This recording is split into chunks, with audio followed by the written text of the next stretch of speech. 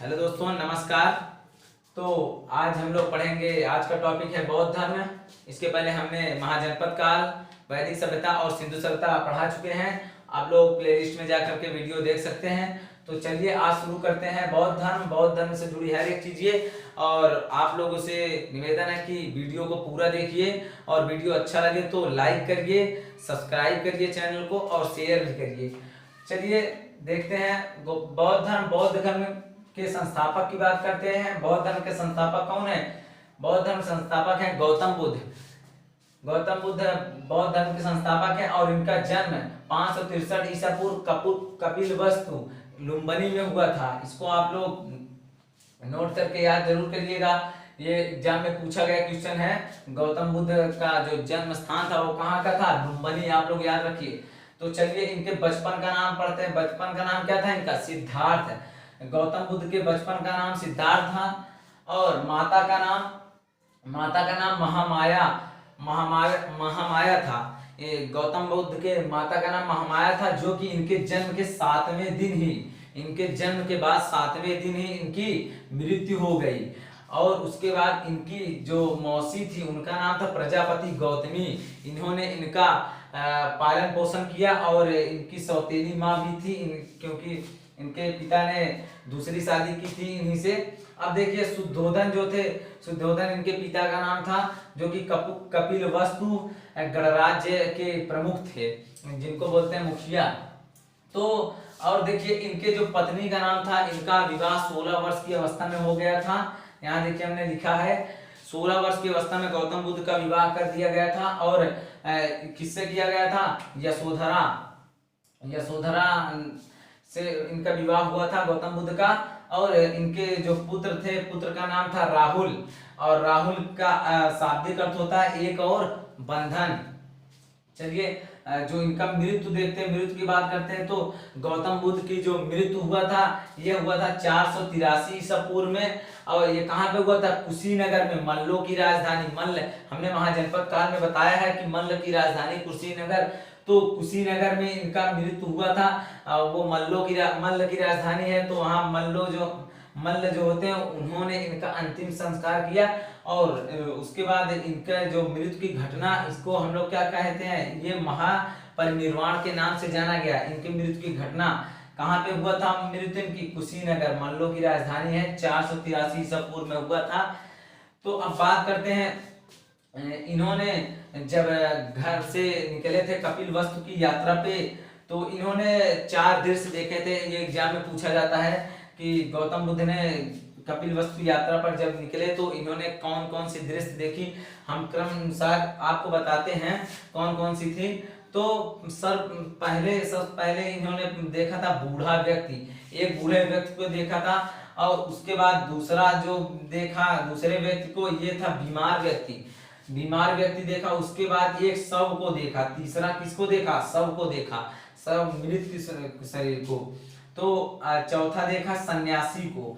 तो गौतम बुद्ध जब कपिलवस्तु की यात्रा पर निकले तो इन्होंने 4 सीन देखा, बूढ़ा व्यक्ति और बीमार व्यक्ति और शव और चौथा सन्यासी। तो इन सबको देखने के बाद इनको यह महसूस हुआ कि इस दुनिया में सब दुखी दुखी। तभी इन्होंने एक शब्द कहा था, क्या? संबम दुखम। इसका अर्थ होता है सब दुखी दुख है इस संसार में। तो ये यहाँ से इस सन्यासी को, चारों लोगों को देखने के बाद इनको ये सन्यासी सबसे ज्यादा प्रसन्न और खुश दिखाई दिया। तो इसीलिए इन्होंने गृहत्याग किया था। कब किया था गृहत्याग? इन्होंने 29 वर्ष की अवस्था में, 29 वर्ष की अवस्था में इन्होंने घर को छोड़ दिया था, गृहत्याग किया था। और इनके गृहत्याग का प्रतीक क्या था? महापरिनिष्क्रमण। जो ये घर को त्याग दिए सन्यासी जीवन व्यतीत करने के लिए। तो सर्वप्रथम जब ये घर से अपने चालक चन्ना, इनका जो सारथी था घोड़े का चालक, उसका नाम था चन्ना। और जो यहाँ पे हमने लिखा नहीं है उसका नाम था चन्ना, जिस घोड़े से इन्हें मतलब घर गृह त्यागे थे, तो उसका सारथी का नाम था चन्ना। और जो घोड़ा था उसका नाम था कंथक। जब इन्होंने एक दिन घर से गृह त्यागा तो सर्वप्रथम ये निकले तो एक अनप्री नामक बगीचे में, आम का पेड़ था, वहीं पे आम के अनप्री बगीचे में इन्होंने प्रथम रात गुजारी। सबसे प्रथम जब घर से इन्होंने निकला चन्ना के साथ और कंथक घोड़े के साथ, जब ये अपने रथ के साथ निकले तो वहां पे इन्होंने इस बगीचे में जब पहुंचे तो चन्ना को और अपने सारथी को वापस भेज दिया और ये उसी बगीचे में पहली रात गुजारे थे। और देखिए उसके बाद ये कहाँ जाते हैं, मगध। मगध जाते हैं, प्रथम गुरु वहां पे इनके कौन मिलते हैं, अलार कलाम, जो इनके सर्वप्रथम गुरु मिलते हैं वहां पे अलार कलाम इनके सर्वप्रथम गुरु थे। और दूसरे गुरु कौन थे, रुद्रक, इनके गौतम बुद्ध के दूसरे गुरु रुद्रक थे।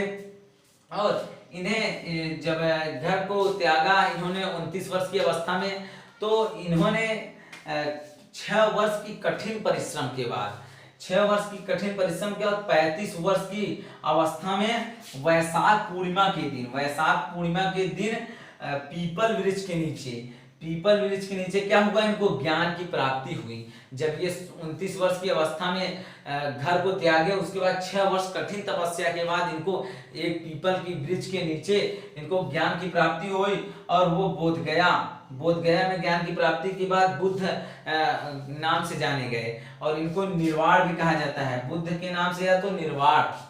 जब इनको ज्ञान की प्राप्ति हुई तो ये बोधगया में ये क्वेश्चन आता है, आप लोग नोट करके रखिए। और पीपल वृक्ष के नीचे इनको ज्ञान की प्राप्ति हुई 6 वर्ष की कठिन तपस्या के बाद। उसके बाद क्या हुआ, ये बुद्ध के नाम से जाने गए और बुद्ध को एशिया का ज्योतिषी पुंज भी कहा जाता है। यहाँ पे हमने बताया है गौतम बुद्ध को जो एशिया का ज्योतिषी पुंज भी कहा जाता है। उसके बाद इनके जो सर्वप्रथम शिष्य थे, सर्वप्रथम इनके पहले 2 शिष्य के नाम बताया तो तपस्सु, पहला शिष्य तपस्सु और दूसरा भल्लक। इनके 2 प्रमुख शिष्य थे, पहला तपस्सु, दूसरा था भल्लक। और बात करते हैं इनके पहले सबसे प्रिय शिष्य आनंद थे, आनंद या उपालि, जो कि इनका निजी परिचायक भी था, जिसको हम लोग पीए बोलते हैं आज।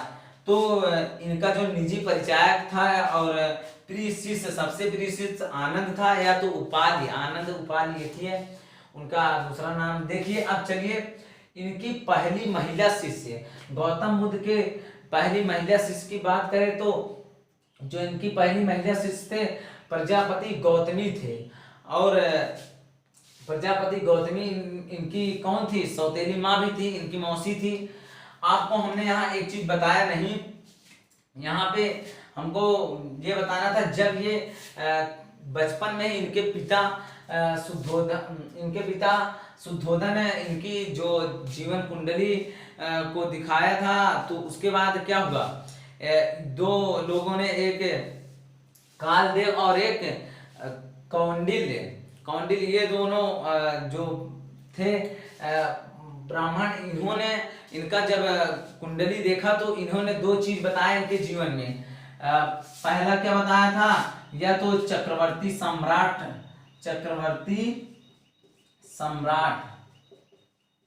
होगा, दूसरा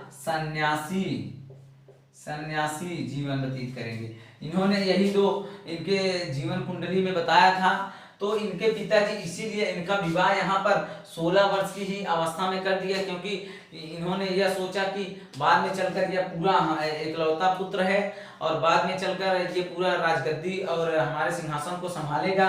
तो इसीलिए इन्होंने इनका विवाह यशोधरा के साथ 16 ही अवस्था में कर दिया था। और लेकिन बाद में जब इनका विवाह हुआ उसके बाद इन्होंने ये 4 दृश्य देखा तो इनको सन्यासी जीवन सबसे अच्छा लगा, तो इसीलिए इन्होंने सन्यास जीवन व्यतीत किए और गृह त्याग भी दिया। तो चलिए हम यहाँ पे पहुंचे थे, आप लोग ये जो हम बताए हैं इसको आप लोग नोट करते चलिए। और देखिए बात करते हैं सर्वाधिक वर्षा काल कहाँ पर बिताए हुए थे। जो साल भर में 4 महीने होता है सर्वाधिक वर्षा काल का, 4 महीने इन्होंने श्रावस्ती में बिताए थे। श्रावस्ती किसकी राजधानी है, कौशल की, हमने महाजनपद में पढ़ाया है। कोसल जो है इसकी राजधानी है श्रावस्ती। तो इन्होंने जब वर्ष भर में 4 महीने जो वर्षा काल होता है वही वो लोग आराम का उनका समय होता था। तो वही वर्षा काल में ये लोग कहाँ पे बिताए थे गौतम बुद्ध सबसे ज्यादा? तो ये श्रावस्ती में अपना समय बिताए थे। तो जब आप लोग ये जानते ही होंगे, जहाँ पे ज्यादा समय बीतेगा वहां ज्यादा शिष्य बनेंगे, और जहाँ ज्यादा शिष्य बनेंगे वहां ज्यादा ये क्या करेंगे, उपदेश देंगे। तो यहाँ हमने लिखा है इन्होंने श्रावस्ती में ही सर्वाधिक उपदेश दिए, वो भी पाली भाषा में दिए। यहाँ पे लिखे सर्वाधिक उपदेश एवं शिष्य श्रावस्ती में पाली भाषा में। गौतम बुद्ध ने सर्वाधिक उपदेश कहाँ पर दिया था? श्रावस्ती में। और किस भाषा में? पाली भाषा में। अब सबसे अधिक शिष्य वहीं थे इनके, श्रावस्ती में ही। तो बात करते हैं गौतम बुद्ध के विरोधी कौन कौन थे। जो गौतम बुद्ध इस धर्म को अपनाए थे, बौद्ध धर्म को, तो इस धर्म के जो विरोधक थे, इनके ही विरोधी थे। तो वो कौन कौन थे? उनका चचेरा भाई था और काशी के ब्राह्मण थे, इनके विरोध में, इनको विरोधी थे। और इनका जो निजी वैद्य था, गौतम बुद्ध का जो निजी वैद्य था, ये कौन था? जीवक इनका निजी वैद्य था। और बात करते हैं गौतम बुद्ध कहाँ पे नहीं गए थे? गए तो बहुत जगह पे थे अपना प्रचारक के लिए। तो इन्होंने गौतम बुद्ध कौशाम्बी तक आए थे, कौशाम्बी तक आए थे, और ये प्रयागराज में नहीं आए थे। तो इसको आप लोग थोड़ा ध्यान दीजिएगा। बौद्ध धर्म में आत्मा की कल्पना की गई है, मतलब बौद्ध धर्म जो है इसमें मान्यता किसकी? आत्मा की परिकल्पना नहीं हुआ है, लेकिन पुनर्जन्म की परिकल्पना है। बौद्ध धर्म में आत्मा की परिकल्पना नहीं है, लेकिन पुनर्जन्म की परिकल्पना है। और बौद्ध धर्म में जो मोक्ष प्राप्ति के लिए क्या करना पड़ता था? अष्टांगिक मार्ग पर चलने की सलाह देते थे। कौन? बौद्ध धर्म। अभी हम आपको आगे बताएंगे, के 4 आर्य सत्य बताएंगे आगे चल के। तो किस तरीके से मनुष्य जीवन में खुश रहेगा और उसको कभी दुख नहीं आएगा, तो आगे चल के इनका जो मूल आधार था उसको हम बताएंगे यहाँ पे। इसके बाद तो आप देखिए यहाँ पे बौद्ध गौतम बुद्ध जो थे, इनके जीवन के प्रतीक, जब ये जीवन के प्रतीक गर्भ में थे तो उसका जो प्रतीक था सफेद हाथी, गर्भ में आने का प्रतीक था सफेद हाथी, और जन्म का प्रतीक था कमल। ये बुद्ध के जीवन के प्रतीक थे। और गृह त्याग का प्रतीक घोड़ा था, गृह त्यागने का प्रतीक घोड़ा था। और जब ज्ञान की प्राप्ति कहाँ पे हुई थी? पीपल वृक्ष के नीचे, या तो उसका एक पीपल वृक्ष को बोध वृक्ष भी बोला जाता है। तो ज्ञान प्राप्ति का जो प्रतीक है ये है पीपल वृक्ष। और प्रथम उपदेश चक्रवर्ती, ये प्रथम उपदेश चक्र इसका प्रतीक बताया गया है। और उपदेशों का प्रतीक, जो उपदेश देते थे इतने सारे उपदेशों का प्रतीक इनका खड़ाऊ था और यौवन। ये हम प्रतीक बता रहे हैं, इसको आप लोग नोट करके जरूर याद करिएगा, क्वेश्चन एग्जाम में आते हैं। तो यौवन का जो प्रतीक था ये था सांड। और मृत्यु का प्रतीक क्या था? स्तूप। तो चलिए आप लोग इनके जीवन का प्रतीक जान लिए। और हाँ, स्तूप की बात की तो स्तूप 84,000 स्तूपों का जो निर्माण किसने करवाया था? अशोक ने करवाया था। 84,000 स्तूपों का निर्माण। चलिए बौद्ध धर्म के अब आगे बढ़ते हैं। बौद्ध धर्म संगीत, बौद्ध धर्म के संगीत 4 बौद्ध धर्म संगीत। बौद्ध धर्म कितने संगीत है? 4 बौद्ध संगीत हैं। और इनके जीवन के मूल आधार, जिस पर इनका जीवन आधारित था, जिस मार्ग पर, उसको हम बताएंगे। और बौद्ध धर्म के जो 4 बौद्ध संगीत हैं उसको बताएंगे। आप लोग इसको नोट कर लीजिए और उसके बाद हम इसको बताते हैं। तो चलिए हम बताने वाले थे गौतम बुद्ध के जीवन के बौद्ध संगीत और मूल आधार 4 आर्य सत्य। तो गौतम बुद्ध का जो बौद्ध संगीत था, ये 4 बौद्ध संगीत हुआ था। कहाँ कहाँ हुआ था, कब कब हुआ था, ये आपको हम बताएंगे। और देखिए पहला बौद्ध संगीत, सबसे पहले बताएंगे प्रथम बौद्ध संगीत। प्रथम बौद्ध संगीत। प्रथम बौद्ध संगीत की बात करते तो ये समय था 483 ईसा पूर्व। प्रथम बौद्ध संगीत समय 483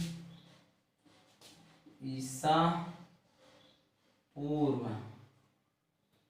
483 ईसा पूर्व। और स्थान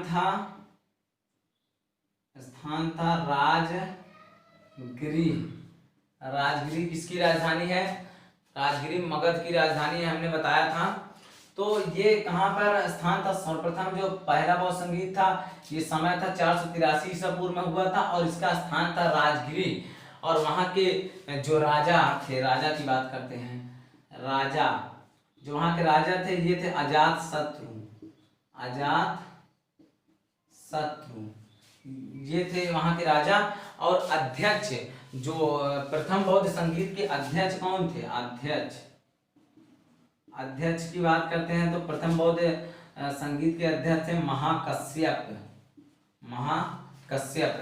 ये रहा प्रथम बौद्ध संगीत। आप लोग इसके बारे में जरूर इसको नोट कर लीजिए।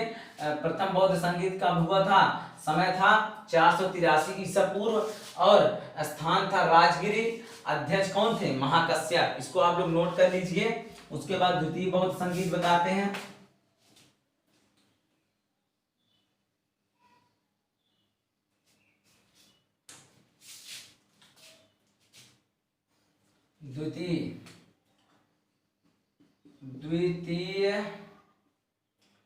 द्वितीय बौद्ध संगीत की बात करते हैं। द्वितीय बौद्ध संगीत की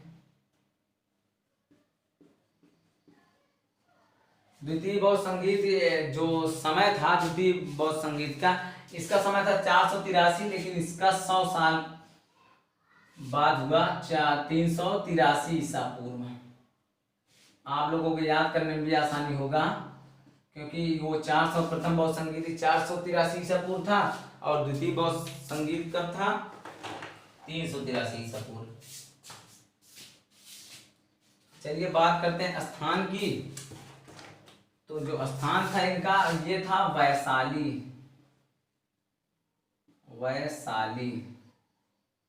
जो ये स्थान था वैशाली, वैशाली का बालूका राम विहार, वैशाली का बालूका राम विहार, ये था इनका स्थान जहाँ पे द्वितीय बौद्ध संगीत हुआ था। और वहाँ के जो अध्यक्ष थे, बात करते हैं अध्यक्ष की।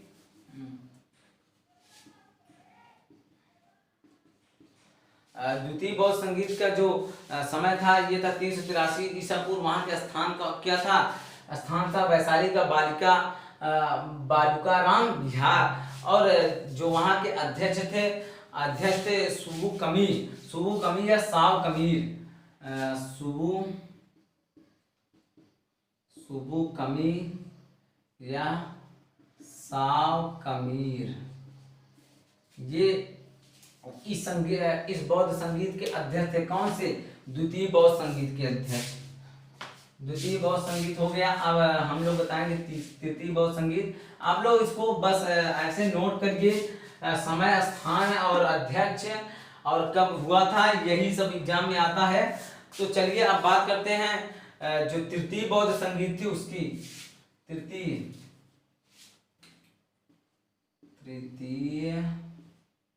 तृतीय बौद्ध संगीत। तो तृतीय बौद्ध संगीत की हम लोग बात करते हैं। जो वहाँ के स्थान था, तृतीय बौद्ध संगीत का जो स्थान था वो था पाटलिपुत्र।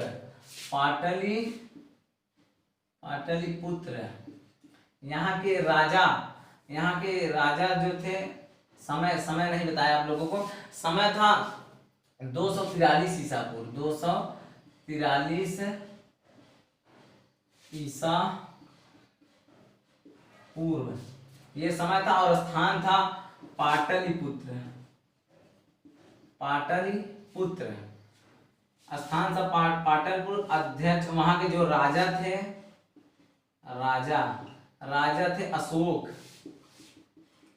अशोक वहां के राजा थे। और अध्यक्ष अध्यक्ष की बात करते हैं तो वहां के अध्यक्ष कौन थे? अध्यक्ष थे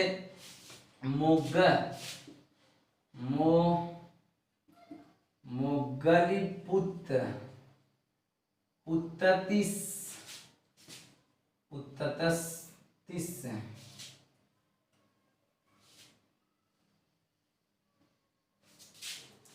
ये क्या था? मोगल लिखा गया, मोगल। देखिए, चलिए देखिए, द्वितीय बौद्ध संगीत जो थी ये कब हुआ था? तृतीय बौद्ध संगीत समय था 243 ईसा पूर्व में, और इसका जो स्थान था पाटलिपुत्र में, और इसके राजा कौन थे? अशोक थे। और इस बौद्ध संगीत के अध्यक्ष थे मोगलपुत्तीस। ये क्या थे? अध्यक्ष थे तृतीय बौद्ध संगीत के। तो चलिए, 3 बौद्ध संगीत हो गई, और चौथे बौद्ध संगीत की बात करते हैं। चौथा बौद्ध संगीत कब हुआ और अंतिम बौद्ध संगीत? देखिए, चौथा बौद्ध संगीत कब हुआ था? समय था 102 ईसा पूर्व। 102 ईस्वी, ईसा पूर्व नहीं है, ईस्वी। और जो ये स्थान था वहां के कनिष्क के राजा, कनिष्क राजा थे उस समय। सॉरी, जो ये समय कब का था? 102 ईसा पूर्व। और राजा कौन था? राजा थे कनिष्क। अभी हम आपको बताएंगे कि ईसा पूर्व कैसे हट गया। अब कनिष्क का जो शासनकाल था, अगर आप लोग कनिष्क के बारे में पढ़े होंगे तो 78 ईसा पूर्व ईस्वी से, 78 ईस्वी से था कि कब तक? 105 ईस्वी पूर्व तक, 105 ईस्वी तक। यहाँ से ईस्वी चलने लगता है, इसीलिए 102 ईस्वी और ईसा पूर्व नहीं रहेगा, क्योंकि राजा इस समय के चतुर्थ बौद्ध संगीत के चतुर्थ बौद्ध संगीत के जो समय के राजा कौन थे? कनिष्क थे। और इनका जो समय था, कनिष्क के शासन काल का समय था 78 ईस्वी से 105 ईस्वी तक, 105 ईस्वी तक। और ये समय था चतुर्थ बौद्ध संगीत के 102 ईसा पूर्व, 102 ईस्वी। और यहाँ के जो अध्यक्ष थे, इस बौद्ध संगीत के अध्यक्ष कौन थे? वसुमित्र थे। इस बौद्ध संगीत के अध्यक्ष थे वसुमित्र थे। और इसके उपाध्यक्ष की बात करते हैं, उपाध्यक्ष की बात करते हैं। जो इसके उपाध्यक्ष थे ये थे अश्वघोष। ये थे इसके चतुर्थ। तो हम बता रहे थे ये अध्यक्ष कौन थे? उपाध्यक्ष अश्वघोष थे। इन्होंने ही बुद्ध चरित्र नामक पुस्तक भी लिखा है। कौन सी पुस्तक? बुद्ध चरित्र। ये उपाध्यक्ष जो थे, इसे चतुर्थ बौद्ध संगीत के उपाध्यक्ष थे। इन्होंने अश्वघोष, मतलब इनका नाम था अश्वघोष उपाध्यक्ष का, और इन्होंने बुद्ध चरित्र नामक पुस्तक भी लिखी थी। चलिए, तो हम लोगों ने अब देख लिया चारों बौद्ध संगीत। उसके बाद अब हम लोग बात करते हैं मूल आधार क्या क्या था जीवन के, जो इनके बौद्ध धर्म के मूल आधार, जिस पर यह धर्म आधारित था, उस आधार की बात करते हैं। तो पहले तो हम लोग उसके पहले इधर देख लेते हैं।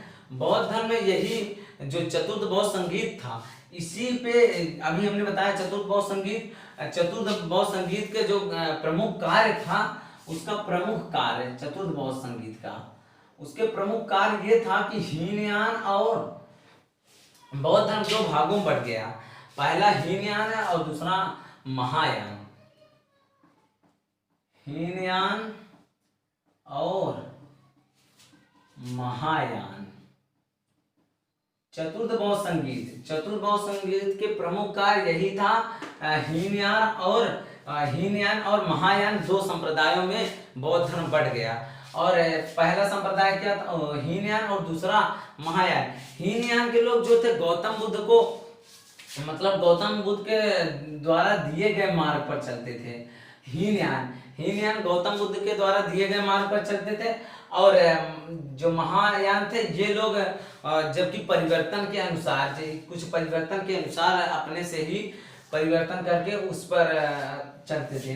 तो और हीनयान संप्रदाय के और कुछ बताया तो हीनयान में जो इनको बौद्ध धर्म को महापुरुष मतलब गौतम बुद्ध को पुरुष मानते थे, और ये लोग गौतम बुद्ध को भगवान मानकर, भगवान की दर्जा देकर के उनकी मूर्ति की पूजा करते थे। महायान लोग, ये लोग मूर्ति पूजक और भगवान मानते थे। और जो ये मतलब कि जो गौतम बुद्ध के दिए गए गौतम बुद्ध के द्वारा दिए गए जो मार्ग था उस पर ये लोग चलते थे, और ये लोग महापुरुष की दर्जा दी किसको, गौतम बुद्ध को। तो यही था मतलब कि इसमें हीनयान संप्रदाय और महायान संप्रदाय का प्रमुख जो था, चतुर्थ बौद्ध संगीत के दो प्रमुख कार्य थे, जो कि बौद्ध धर्म दो भागों में बट गया। तो चलिए अब हम बताने वाले थे यहाँ पे मूल आधार जिस पर बौद्ध धर्म आधारित था, और इसके 4 आर्य सत्य क्या क्या थे। पहला देखिए, ये बहुत महत्वपूर्ण है। पहला क्या था, दुख। पहला था दुख,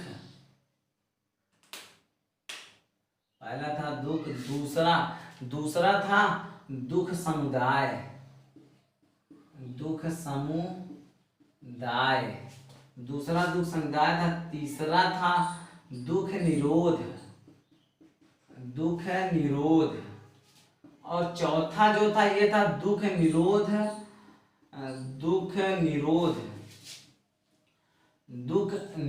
गामिनी प्रतिपदा। अब हम बताते हैं इसका मतलब क्या है।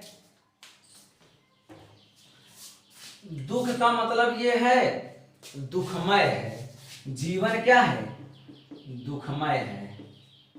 इनका जो मूल आधार था 4 आर्य सत्य, ये जीवन के 4 सत्य हैं। और पहला था दुख, जो कि इसका अर्थ होता है दुखमय है जीवन। और दूसरा क्या था, दुख समुदाय का कारण क्या है, दुख के कारण थे। दुख के क्या क्या कारण थे इसको हम बताएंगे आप लोगों को। दुख समुदाय का मतलब होता है कारण, जो दुख का कारण होता है। पहला कारण क्या जानते हो, अशिक्षा। पहला अशिक्षा, दूसरा तृष्णा।